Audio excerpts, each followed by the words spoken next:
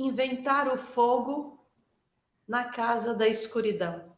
Uma brisa ágil fugiu do mar, varreu os areiais, meteu-se pelos becos, pelos cais.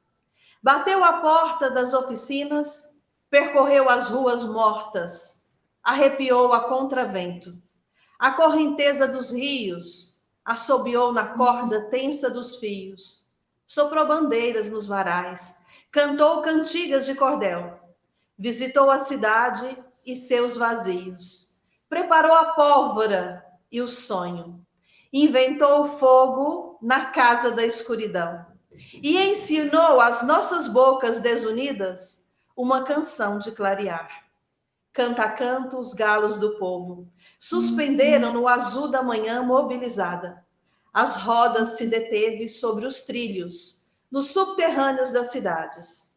E as mãos ásperas dos pedreiros, como pássaros fadigados, mais afeito à marcha que o voo, baixaram-se dos andaimes despertados. O tijolo rejeitou a massa, recusou a pedra. O prumo, a esquadria. O canto geral conteve o braço, e o voo dos edifícios se estancou na ponta seca dos aços, na claridade do dia. O arado repousou sobre a terra, madurou na espiga o cereal. A foice dobrada ao pé do eito, ao refletir-se faísca sob o sol. Represou o corte e a colheita. A máquina cedeu no momento ao comando da mão que governa e saltou sob o grito dos ferros o clamor dos homens fraternos, forçando o silêncio dos tornos. Preparar a pólvora e o sonho. Inventar o fogo na casa da escuridão e ensinar às nossas bocas reunidas uma canção de libertar.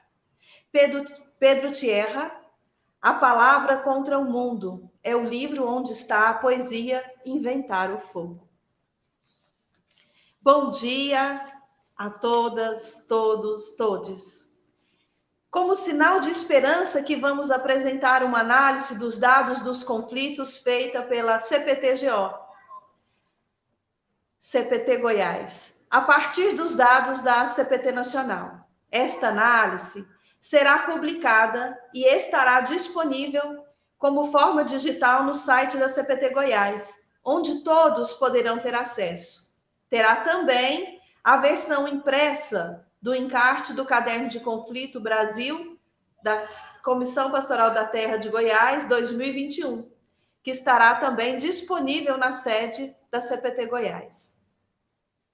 Para contribuir com a discussão, teremos a pesquisadora, historiadora, aposentada da UFG e coordenadora do Centro Cultural Eldorados Carajás, Ana Lúcia da Silva. E depois, no segundo momento, teremos, então, para comentar as análises, teremos a participação de Dom Jeová Elias, bispo da Diocese de Goiás e também bispo referencial da CPT Goiás, representante no Regional Centro-Oeste da CNBB. E, por último, teremos a apresentação da análise dos dados do Conflitos do Campo 2021, do Estado de Goiás, Saulo Reis, que é membro da coordenação colegiada da CPT Goiás. Para dar início, então, eu convido Ana Lúcia para que comece a nos falar. É com você, querida. Bom dia a todos, todos, né? Eu quero agradecer à CPT a oportunidade de participar, né, desse momento tão importante, né, que é a publicação dos cadernos, e que é um trabalho magnífico que a CPT vem fazendo desde 1985. Né? Eu acho que, socialmente, hoje está claro, né, para todo mundo que a violência e o racismo são as principais características da sociedade brasileira, isso desde os tempos coloniais. Violência e racismo que se iniciaram com a chegada dos portugueses ao Brasil, seja através dos processos de expropriação das terras indígenas e escravização, no primeiro momento, dos indígenas, né, que foram submetidos, inclusive, a um feroz processo de aculturação, seja através do processo de arrancar milhões de trabalhadores e trabalhadoras da África e trazê-los para serem escravizados no Brasil.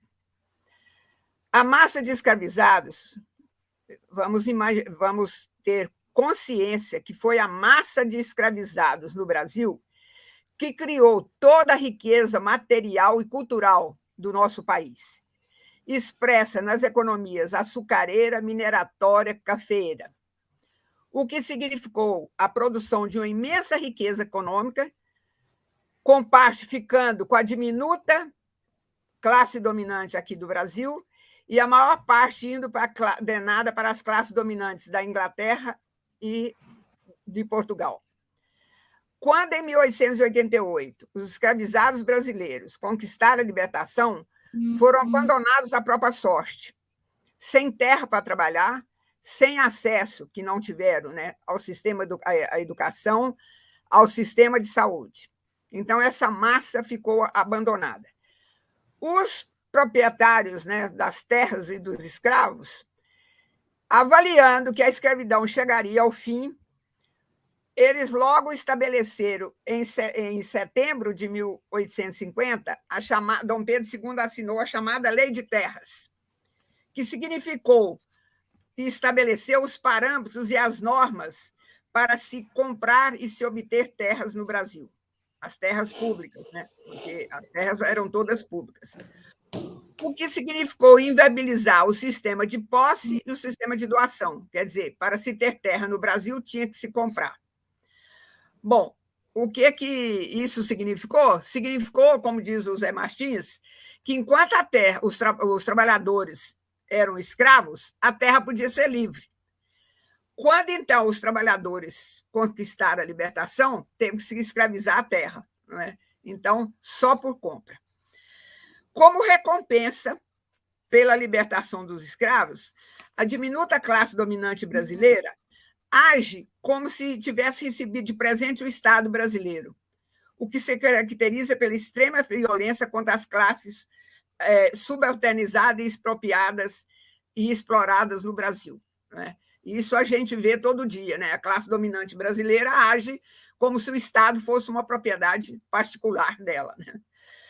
Comandada pelo Estado brasileiro, principalmente na época da ditadura militar, se montou um processo violento de expropriação de terras, com a expulsão de milhões de trabalhadores rurais, o que significou, imagina só, de se passar de 35%, que era a população urbana em 1960, e 65% era rural, para que, em 1980, a população urbana fosse 67%. Imagina a violência desse processo. Se inverteu. Não é? Em 20 anos de ditadura militar, o processo, a relação entre urbano e população urbana e rural no Brasil. Hoje, essa violência e o racismo no Brasil é, inclusive, comandada pelo próprio presidente da República. Não é? Hoje temos somente 15% da população vivendo no meio rural, sofrendo todo tipo de violência, como nos mostram os dados da CPT, que são coletados desde 1985. Né? Atualmente, os conflitos giram em torno da posse de terra, de salários, de direitos trabalhistas, pelo direito à água. Imagina só, direito à água.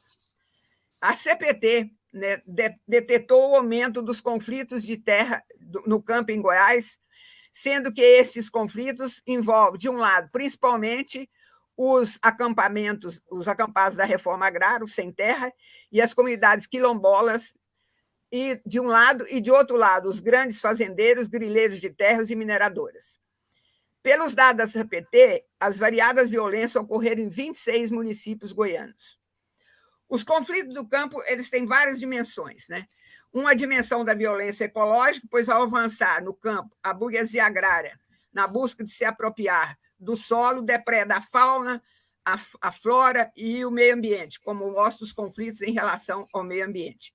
E tem a segunda dimensão, que é essa dimensão da violência cotidiana, né?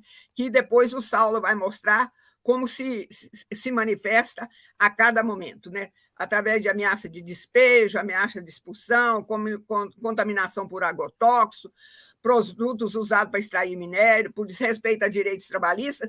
Inclusive, nós temos milhares de trabalhadores sendo mantidos como escravos ou com trabalho análogo ao trabalho escravo.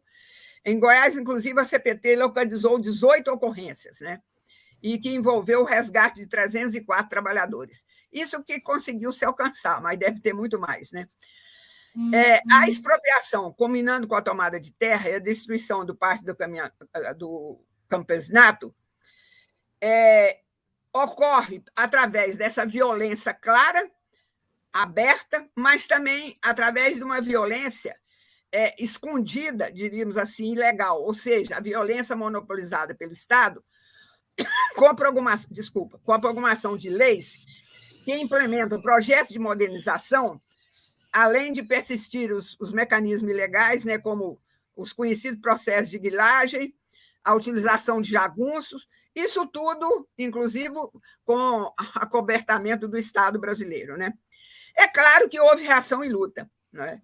E no contexto da luta de classe no Brasil, em 2021, elas colocaram como centro a palavra de ordem fora Bolsonaro, porque no período desse governo, as violências e o racismo extrapolaram qualquer medida, diríamos assim, né? As razões também das manifestações foram as mais variadas, como direito à terra, direito à saúde, à educação, segurança alimentar, à água, a defesa do meio ambiente. E a luta continua com uma etapa muito importante, que será o 2 de outubro, não é? Quando, então, nós podemos mudar o governo. Agora, temos que ter consciência que, no sistema capitalista, a classe trabalhadora pode se conquistar o governo, mas não conquista o Estado. Isso implica que teremos que continuar a luta, mesmo que for um representante da classe trabalhadora que assuma o governo, porque a burguesia no Brasil ela não cumpre nem a Constituição que foi aprovada numa Constituinte amplamente, né, discutida e votada num Congresso Nacional. Então, a luta para a classe trabalhadora continua sempre, né?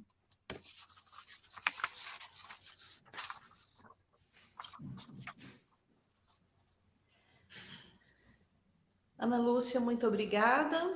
E aí, nesse momento, então, eu já chamo Dom Jeová, que nos ajudará a complementar esses análises dos dados. Com você, Dom Jeová.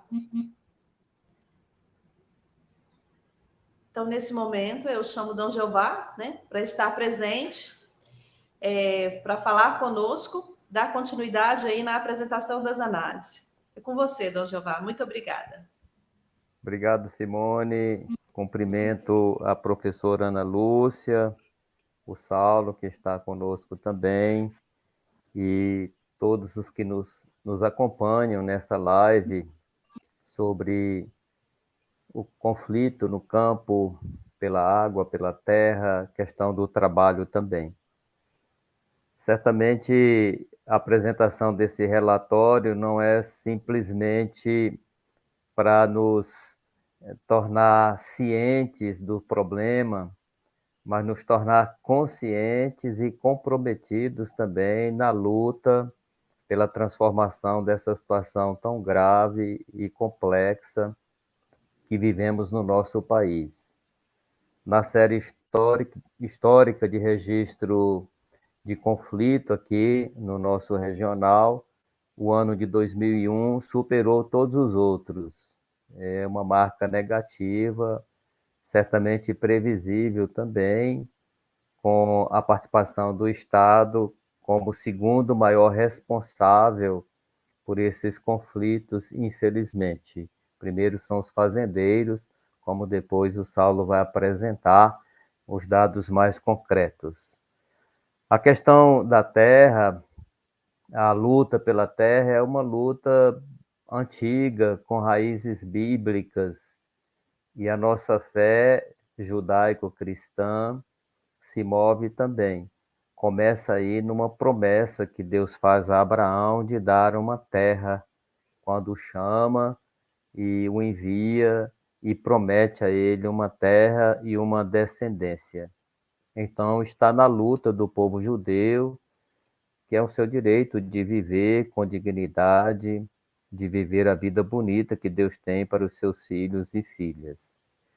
O documento de Aparecida registra o sofrimento dos homens do campo, agravado certamente, em sua maioria, por não ter acesso à terra, por não possuírem uma terra própria.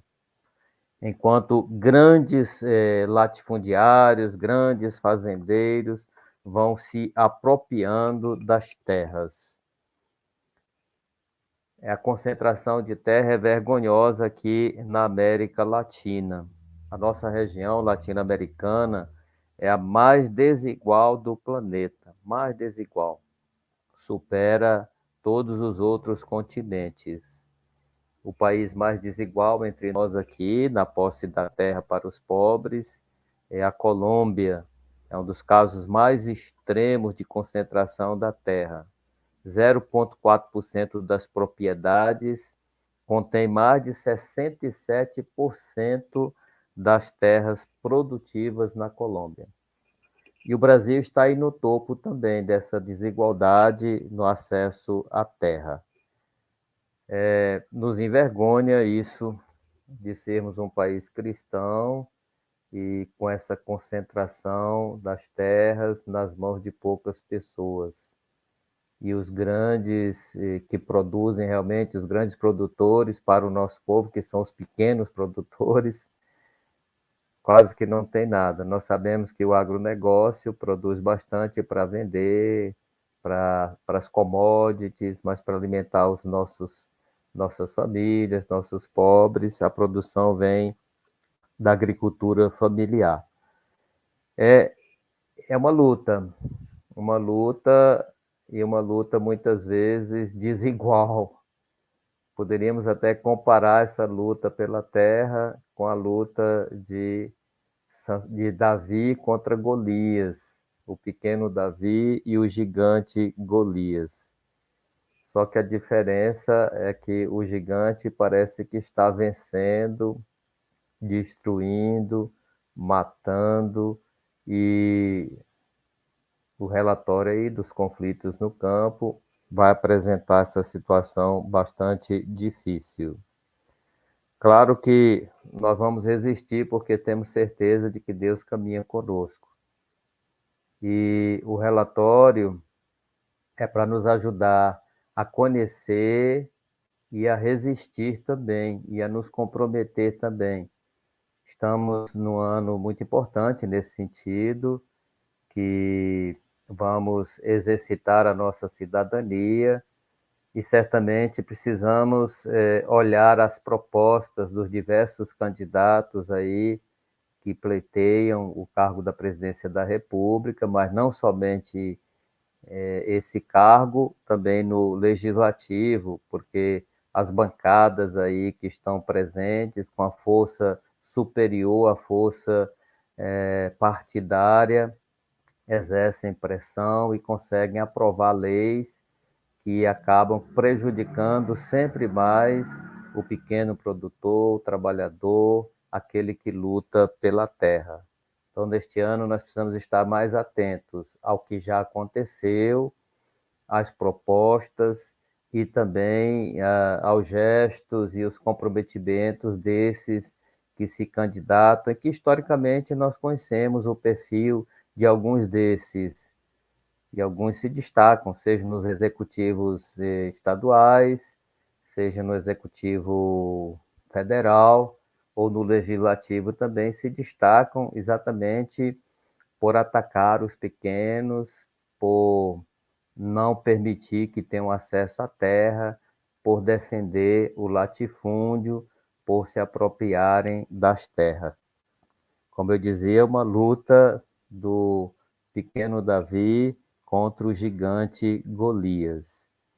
O Papa Francisco diz na Amoris Laetitia, e eu quero parafrasear, que um rastro de sangue e sofrimento acompanha as nossas famílias. E certamente esse rastro de sangue e sofrimento acompanha as famílias dos produtores rurais, dos sem terra, que não podem ter acesso àquilo que é necessário e fundamental para viver dignamente, que é a terra. O Papa Francisco, nos seus encontros com os movimentos sociais, os movimentos populares, reiteradas vezes tem repetido esse discurso dos 3 T's: o direito à terra, ao teto e ao trabalho. Aqui o relatório vai envolver algumas dessas questões, também o trabalho, a dignidade do trabalho, a escravidão, como já foi mencionado aí pela professora, tivemos 18 ocorrências no nosso estado, no nosso regional, e 26 ocorrências de violência no nosso município de Goiás. Certamente poderiam ter sido maiores esses números se não fosse a participação e tão atenta da CPT. Se não fosse por isso, creio que a violência ainda seria maior. E a gente agradece a CPT por estar presente nessa luta pela terra em defesa dos trabalhadores. Também queremos aqui, publicamente, agradecer os nossos bispos, que algumas das ordens de despejo ilegais que emanaram de alguns juízes, apesar de uma determinação para não ocorrer isso durante a pandemia, foram revogadas com a mediação e com o envolvimento pessoal do nosso regional Centro-Oeste, e a gente agradece todos os bispos que assinaram uma carta às autoridades no Legislativo, também às autoridades do Tribunal, e com a mediação em defesa dessas famílias que estavam correndo o risco de serem despejadas nesse período duro da pandemia aqui no nosso país. Nós queremos manifestar nossa gratidão aos colegas das diversas dioceses aqui do nosso regional por esse empenho também em favor dessas famílias que iam sofrer mais essa violência do despejo da terra nesse tempo tão difícil, né? E uma palavra de esperança: não vamos entregar os pontos. Nós queremos conhecer não simplesmente para lamentar pelas coisas que ocorreram. Certamente lamentamos muito, mas não só queremos lamentar, nós queremos também assumir um compromisso de lutar para que isso não continue ocorrendo. Claro que não depende só de nós, mas no que depender de nós, nós devemos fazer a nossa parte, como cristãos, como cidadãos, como homens, mulheres, como seres humanos de boa vontade, solidários com aqueles que mais sofrem.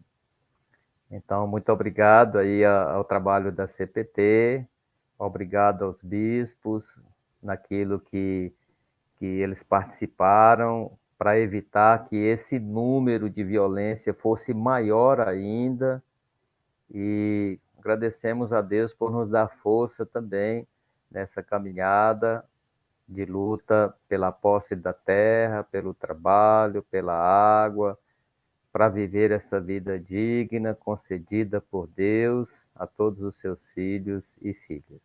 Deixo o meu abraço, meu carinho a cada um e a cada uma. Muito obrigada, Dom Jeová. Importantes as suas palavras nesse momento nosso tão difícil. E assim, eu passo a palavra para o Saulo, para falar sobre isso, dos conflitos de 2020. Bom dia a todas e todos, bom dia Simone, Dom Jeová, professora Ana Lúcia, né? É com preocupação e ao mesmo tempo com alegria que a gente vem apresentar os dados, né, coletados, que estão publicados no Caderno de Conflitos, né, Brasil. Né? Hoje nós vamos apresentar um recorte dos conflitos ocorridos aqui no estado de Goiás. Mas antes de iniciar a apresentação, acreditamos que é importante a gente esclarecer alguns mitos, né, que correm em torno da questão da terra, né? Primeiro, eu acho que é importante dizer que aqui no Brasil, né, o Estatuto da Terra, que é uma lei que foi aprovada durante o governo da ditadura militar, no governo do Castelo Branco, né, a terra ela tem que cumprir uma função social. Como é que se cumpre essa função social? É justamente a terra primeiro tem que produzir, né? Quem quer terra tem que morar na terra, tem que produzir na terra e tem que ter o respeito à legislação ambiental, tem que ter o respeito à legislação trabalhista, né? E quando uma terra, mesmo considerada improdutiva, né, o proprietário recebe pela terra, né? Ele não fica sem receber a terra. Ou seja, aqui no Brasil, a legislação ela não expropria, ela não toma a terra da pessoa. O governo apenas fala, a pessoa perde a posse da terra e o governo paga por ela, né? Eu acho que é importante a gente salientar essas questões para poder desmistificar alguns boatos, né? Algumas mentiras que são propagadas aí nas redes sociais e por algumas pessoas, até por autoridades, que não conhecem bem a questão da fundiária e agrária aqui no país, né?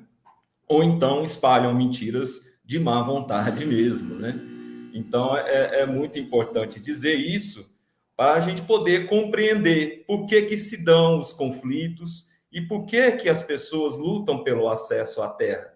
Porque, na verdade, quando há uma ocupação de terra, nada mais é que um grupo de pessoas organizadas que estão dizendo para o governo o seguinte: cumpra-se a lei, porque a lei diz que a fazenda, qualquer terra tem que ser produtiva, né? E aqui no Brasil, para isso, o governo criou os índices de produtividade. Só que esses índices de produtividade não são atualizados há 46 anos. Desde 1975, os índices de produtividade não são atualizados. Então, ou seja, em 1975, o nível de tecnificação, né, era muito inferior ao que tem hoje. Basta ver o que um trator poderia fazer em 1975, né, enquanto desenvolvimento do trabalho, e os tratores de hoje em dia, como podem fazer. Mas, mesmo assim, né, não atualizando os índices de produtividade, mesmo com tanto avanço da tecnologia, não é difícil encontrar fazendas improdutivas aqui no país, né? Então, por isso que a questão agrária, a reforma agrária, é algo tão urgente e tão latente e mal resolvido aqui no país. E no estado de Goiás isso não é diferente, né? Então, vários dos conflitos se dão muito em função disso. Outra coisa que é importante a gente observar nos gráficos vai ser o seguinte: à medida que historicamente, né, vai ocorrendo a aprovação de leis que tiram direitos do cidadão e da cidadã, seja do campo ou seja da cidade, né, o nível de conflitos também vai aumentando, né? Uma constatação que nós vamos chegando, que vamos apresentar agora. Então, sem mais delongas, vamos apresentar os dados dos conflitos no campo 2021, né? Lembrando sempre que essa é uma análise dos conflitos que já foram publicados no Caderno de Conflitos Brasil, né? Conflitos no Campo Brasil, e nós fizemos um recorte do estado de Goiás para poder colocar em evidência, né, os desmandos, os conflitos e o índice de violência no campo que ocorre aqui no estado goiano. Por favor.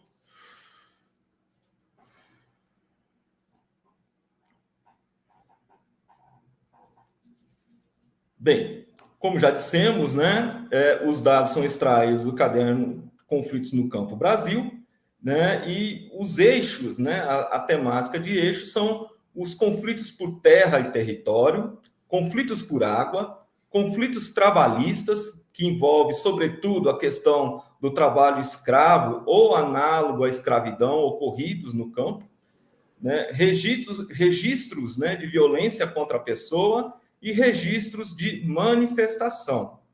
É o que nós vamos ver a seguir.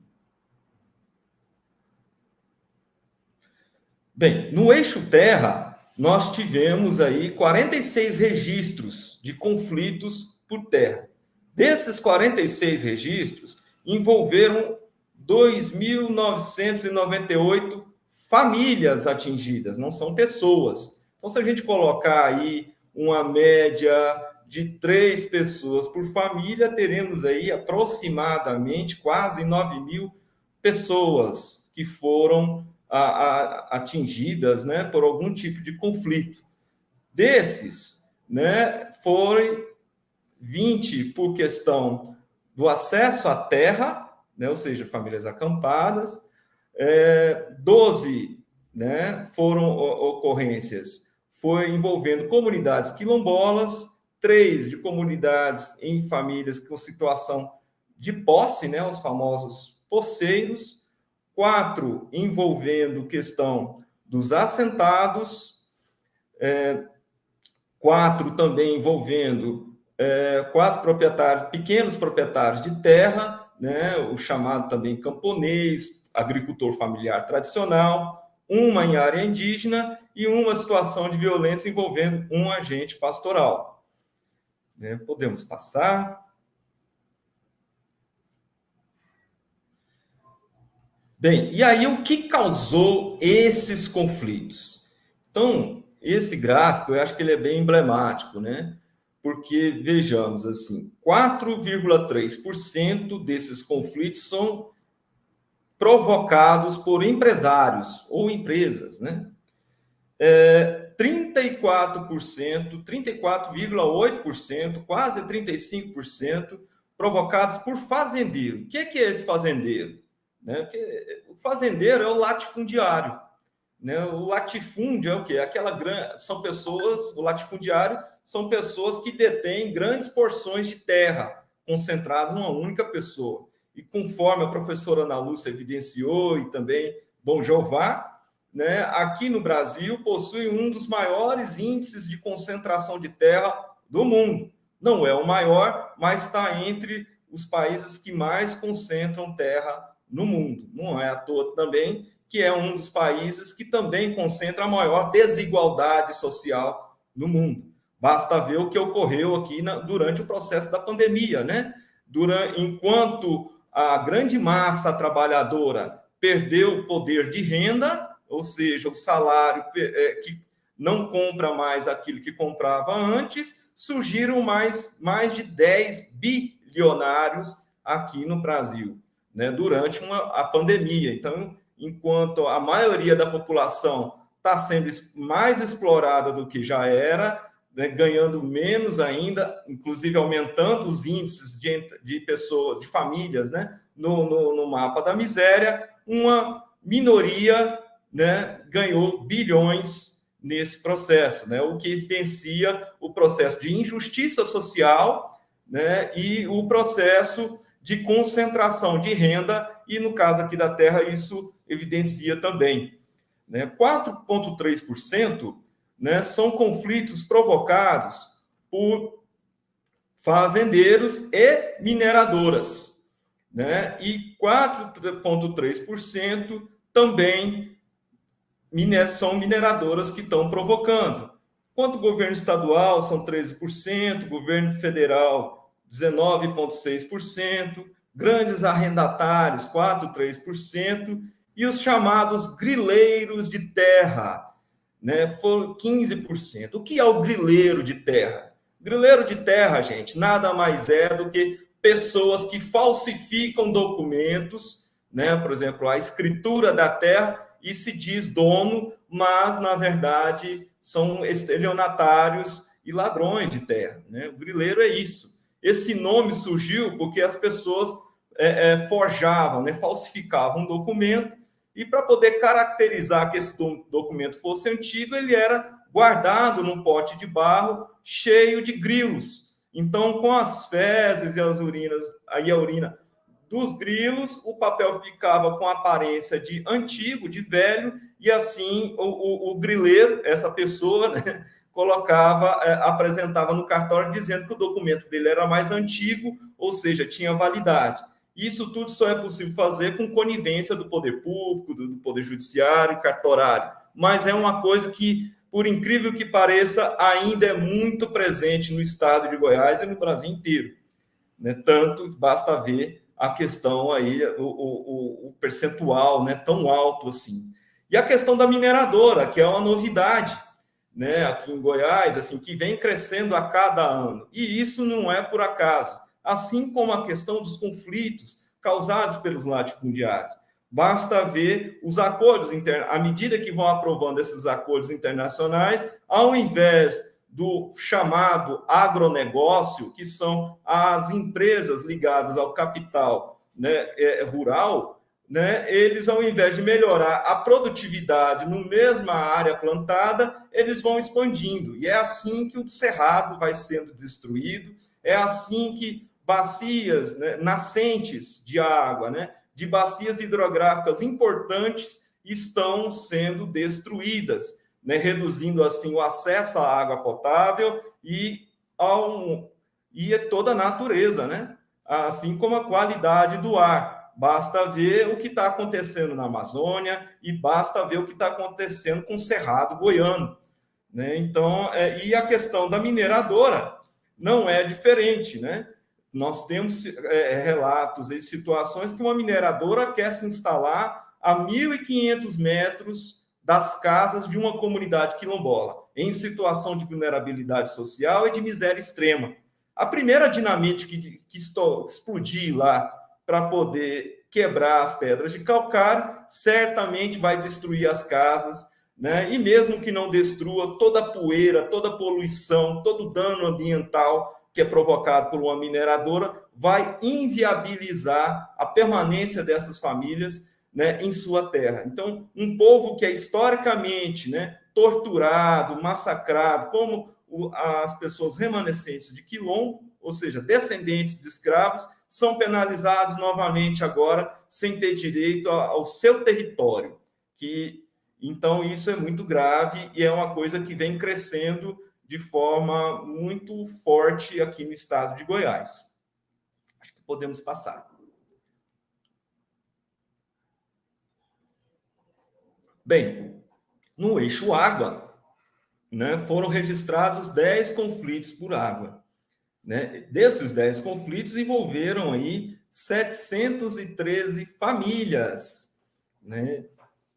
Destes, né, 5 foram de assentados, 2 em comunidades quilombolas, 2 em pequenos proprietários, como eu já disse, né, comunidades camponesas ou de agricultores familiares tradicionais, né, tem gente que conhece com um termo, tem gente que conhece por outro, e de ribeirinhos, um caso ocorrido em comunidades de ribeirinhos.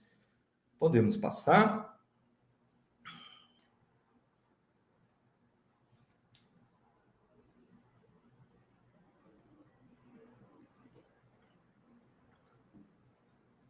Bem, e o que causou esses conflitos por água? E aí nós vemos aí um caso, um índice estarrecedor, né? 70% provocado pelos fazendeiros latifundiários, 10% provocado por grandes arrendatários e 20% provocado pelas mineradoras. Basta ver que muita questão das mineradoras, né, ela utiliza a água para poder perfurar o solo e para poder extrair o minério.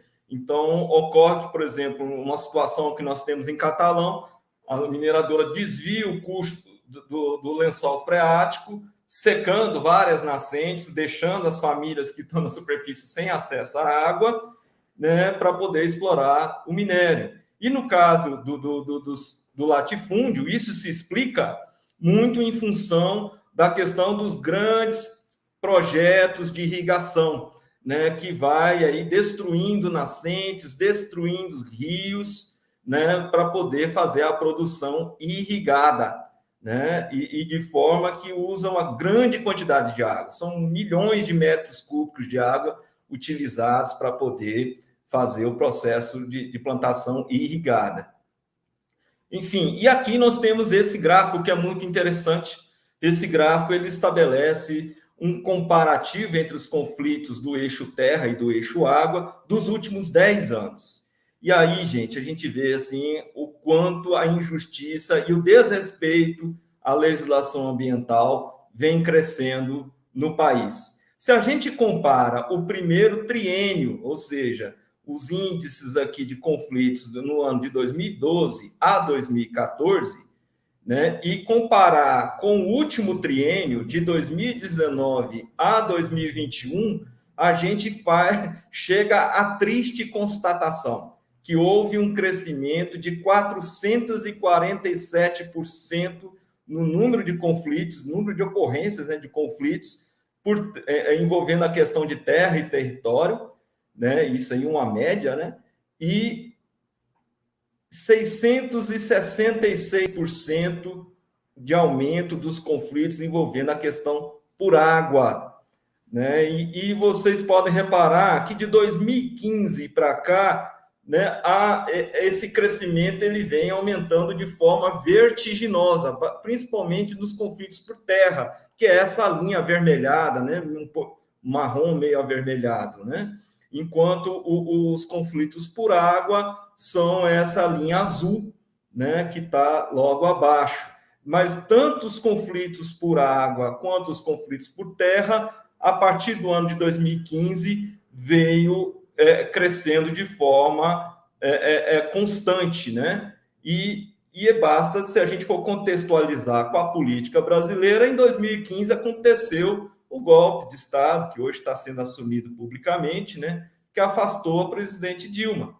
Por que a gente fala que é um golpe de Estado? Porque mesmo aqueles que condenaram a presidente e a afastaram do cargo admitem hoje que ela não cometeu nenhum tipo de infração, né, que ela apenas tinha uma má relação com o Congresso Nacional, né, e com alguns setores do Poder Judiciário. Isso, até onde se sabe, não é crime e não é motivo para afastar um presidente que foi eleito pelo voto do povo de seu cargo. Então, por isso a gente usa o termo golpe, porque, de fato, foi tirado de uma forma que desrespeitou a legislação brasileira, né? E a isso a gente vai ver em vários gráficos. Por exemplo, aqui no eixo terra e água, a gente pegando agora a quantidade de famílias impactadas, né? Nós temos aqui um outlier, que é esse ponto fora da curva, ocorrido aí entre 2014 e 2015, no eixo terra. Mas isso se explica porque foi um conflito grande que aconteceu no município de Corumbá de Goiás, que foi a ocupação de uma das fazendas, né, do complexo de fazendas do ex-senador do Ceará, Eunício de Oliveira, né? Essa fazenda, esse complexo de fazendas, né, fica no município de Corumbá, né? E olha só como é que é a situação, né? O ex-senador, inclusive, devia bilhões à Receita Federal, mas nem por isso o governo, né, fez a coleta, pegou a terra como pagamento e deu destino à reforma agrária, né? Então foi um conflito muito grande que envolveu muitas famílias, né? Mais de 3.000 famílias. E na questão da água, né, é um conflito por água, que envolve a questão da água, que envolve principalmente a questão dos atingidos por barragem, que é uma questão muito séria aqui também no estado de Goiás, porque essas barragens, né, hidrelétricas que são construídas, muitos são construídas sem indenizar de forma justa as famílias que tiveram suas propriedades alagadas, ou as famílias que perderam o emprego porque tirava a renda de uma área que hoje está alagada. Então, nós temos situações absurdas de que gente lá no município de Catalão, que tem a terra da pessoa, dessa família, está alagada e até hoje está no nome dela e ele tem que pagar o ITR numa terra que está inundada, né? E ainda não recebeu a justa indenização, recebeu um valor muito abaixo do preço de mercado da região. A mesma coisa ocorre no município de Minasul, né, com as barragens de Serra da Mesa e Canabrava, né? Famílias que até hoje não foram indenizadas ou não receberam a totalidade da indenização devida, né? São mais de 500 famílias que estão nessa situação, que foram atingidas pela barragem de Canabrava, e mais de 1.000 famílias, né, que também não receberam a devida indenização, atingidas pela barragem de Serra da Mesa, né? Então, isso são situações gravíssimas, né, que o movimento dos atingidos por barragem acompanha, com devido acompanhamento jurídico, né, do Ministério Público Federal, né? Então, daí a gente vê. Mas, se a gente pega também aqui, no final, aqui vem crescendo novamente o número de famílias impactadas, né, pelos conflitos envolvendo a questão de terra e água, né? Então, acho que nós podemos passar. Bem, aí vem os casos de violência, né, e contra a pessoa nos conflitos registrados. Então, diante desses conflitos todos que nós passamos para vocês, que nós apresentamos, né, destes tiveram 2 ameaças de morte, uma tentativa de assassinato, um assassinato e 6 intimidações. Muitos deles, às vezes, assim, uma coisa que parece que era coisa do faroeste, coisa do século passado, que já estava superado, mas que nos últimos 3 anos, principalmente, tem aumentado muito aqui no estado de Goiás, que é a questão da pistolagem, é a questão de jagunços contratados, né, para poder intimidar famílias ou praticar atos de violência para que elas desistam de cobrar os seus direitos, né? E isso acontece muito na região norte, acontece em todo o estado de Goiás, mas o maior número de ocorrências ocorre na região norte e na região nordeste. E isso não é por acaso, porque, afinal de contas, na região norte e na região nordeste é onde está ocorrendo a expansão da fronteira agrícola do agronegócio. É onde tem o maior número, é onde está acontecendo também grande parte da expansão da exploração de minérios, ou seja, da mineração. Mas é onde também tem a maior parte do cerrado preservado, né, do país, né, e principalmente aqui do estado de Goiás, onde tem o maior número de bacias hidrográficas que alimentam, por exemplo, a bacia do Rio Platina, que inclusive chega até o Pantanal, que abastece a bacia do Rio Tocantins, Araguaia, e que abastece também a bacia do Rio São Francisco, né? Então, aqui no estado de Goiás, não é à toa que ele é conhecido como o berço das águas, né? E a violência, ela tem crescido na mesma velocidade que a legislação ambiental foi fragilizada e, mesmo assim, continua sendo desrespeitada, e, ao mesmo tempo, em que a questão fundiária também anda em crise, né? Então, acho que podemos passar.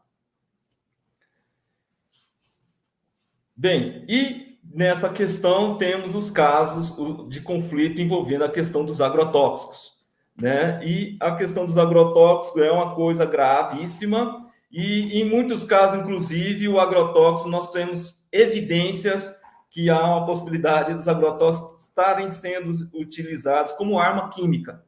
Porque, às vezes, uma família não quer arrendar a sua terra, mas o vizinho arrenda, aí, de repente, ela vê aí a pulverização aérea e joga sobre a sua propriedade.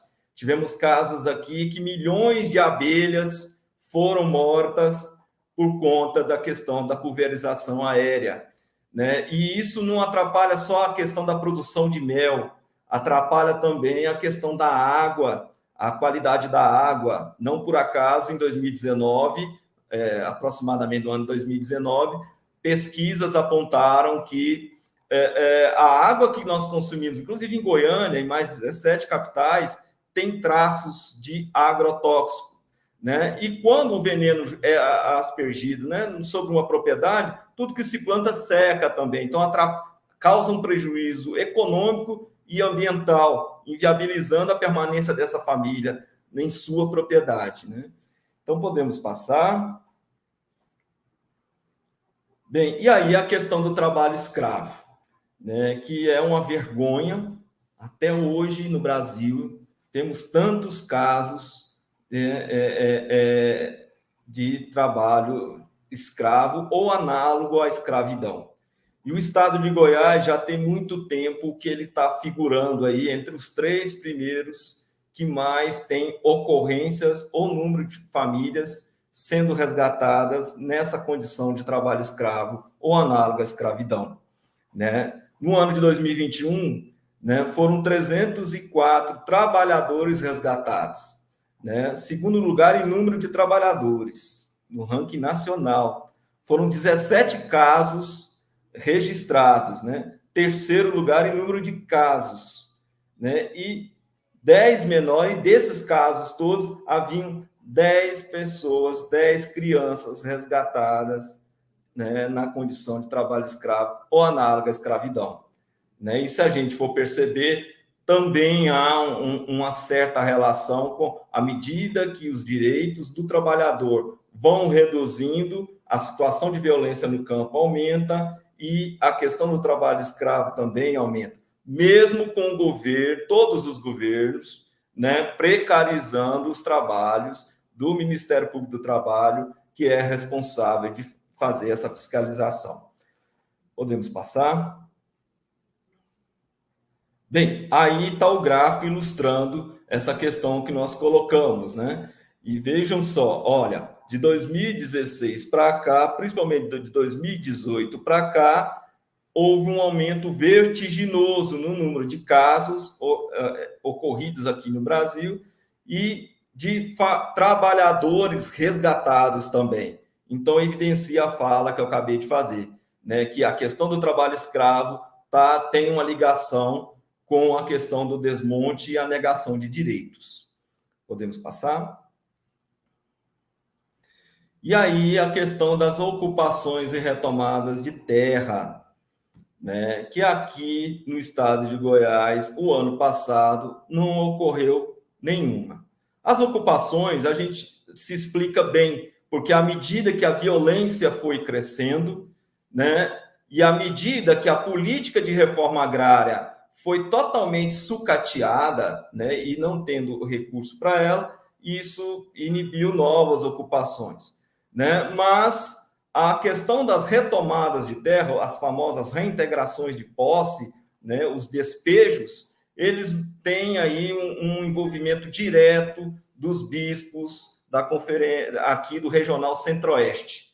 A CNBB nacional, junto ao Conselho Nacional de Justiça, fez uma proposta de não ter, né, esse tipo de ação, né, de despejo, né, durante o processo de pandemia, sobretudo das famílias em situação de vulnerabilidade social. E aqui a gente agradece desde já, né, a ação determinada dos bispos aqui do Regional Centro-Oeste, né, Dom Jeová, Dom Adair, Dom Washington, né, Dom Lindomar, né, que todos, né, em maior ou menor medida, né, foram muito empenhados nesse processo.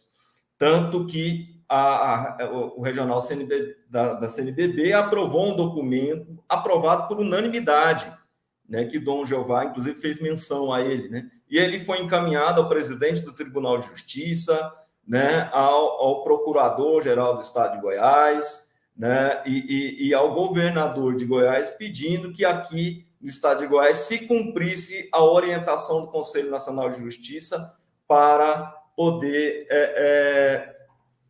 não ocorrer esses despejos e piorando a situação dessas famílias que já estavam em situação de vulnerabilidade social e de miséria extrema, né? E, bem, e se a gente for comparar, né, essa queda do número, né, das retomadas, é o que eu já expliquei, mas também são as ações de resistência, né? É muito importante a gente salientar isso, que as famílias acampadas ou as famílias em situação de poceiros são famílias que têm produzido mais alimentos. Se a gente fosse olhar a produtividade por hectare, certamente seria superior à de qualquer fazenda de soja, né? Porque um acampamento como que nós temos no município de Formosa, que produz mais de 6 toneladas de feijão, mais de 6 toneladas de milho, abóbora, né, hortaliça de todo jeito, sem um centavo, sem um incentivo do poder público, isso é um ato de resistência e que tem oportunizado as famílias a ficar no seu território, na terra. E é uma demonstração clara que são famílias que querem produzir e viver na terra, produzindo alimentos saudáveis, né, livre de veneno, sem destruir o cerrado, né? Então é muito importante a gente salientar isso, né? Podemos passar, né? Então aqui, né, salientando novamente o que a gente já falou, né? Nenhuma ocorrência de ocupação e retomada de terra foi registrada no estado de Goiás. Isso muito ao processo de resistência das famílias, mas também à ação da Igreja Católica por meio de seus bispos, por meio da Comissão Pastoral da Terra, e junto aos movimentos sociais, né, que fez gestão política sem violência para poder conter essa onda de violência no que diz respeito à questão dos despejos. Podemos passar? Bem, e aí, assim, fica parecendo que assim, todo mundo acatou, né, essa orientação, mas não foi bem assim, né? Foram 7 ameaças de despejo, né, que envolviam no total de 632 famílias. Foram 2 tentativas de expulsão, mas, no entanto, graças à atuação dessas famílias, graças à atuação dos movimentos sociais e da Igreja Católica por meio de seus bispos e da Comissão Pastoral da Terra, ninguém precisou sair de sua terra, ninguém precisou deixar de produzir alimentos, porque é um direito, né? Porque é dignidade, porque geram vida, né? E isso é muito importante, né? Ou seja, apesar de todo esse momento, né, desfavorável pela vida, desfavorável à dignidade, né, humana, desfavorável à justiça social, né? Mesmo assim, né, as famílias conseguiram garantir o seu direito, né? E isso é muito importante, né? Bem, podemos passar? Bem, e também tivemos aí 17 registros de manifestação por direito à terra, por direitos humanos, por democracia e por povo do campo que se solidariza com o povo da cidade, né? Que isso ajudou, essas ações de incidência, né, são muito importantes aí na garantia de direitos. Podemos passar? Bem, no mais, agradecer, né, a todas e todos que puderam acompanhar essa live.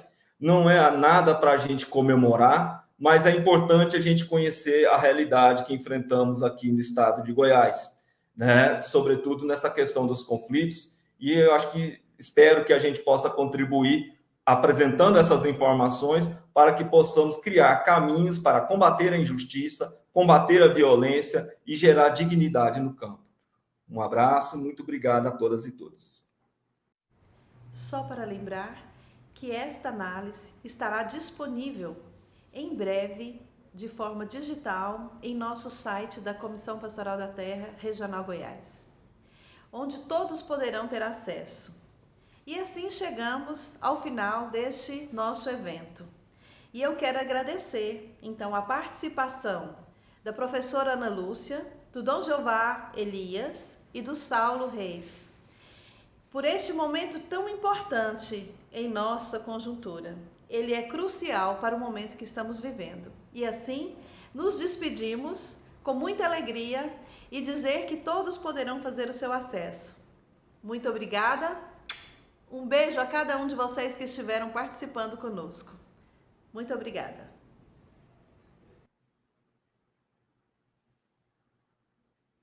Foi muito bom participar, né, do lançamento dos cadernos da CPT, que faz esse extraordinário trabalho de mostrar como se dá a luta de classe no campo, né, em que trabalhadores são assassinados por diferentes razões.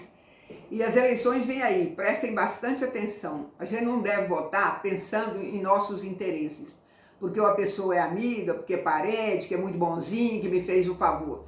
A gente vota em partido, porque quando vão votar, seja na Assembleia, seja na Câmara de Vereadores, seja no Congresso Nacional, os partidos dizem o que devem votar, orientam os deputados. Então, só tem 6 partidos em Goiás que estão ao lado dos trabalhadores. Os outros todos são inimigos, votam contra os trabalhadores. Então, preste atenção, procure saber quais são esses partidos, quais são os candidatos do partido, a deputado federal, a deputada estadual, a governador, a presidente da República. E nós, é assim que vamos construir um outro país. Então, eu agradeço a oportunidade e espero que todos aproveitem e analisem com bastante cuidado os cadernos.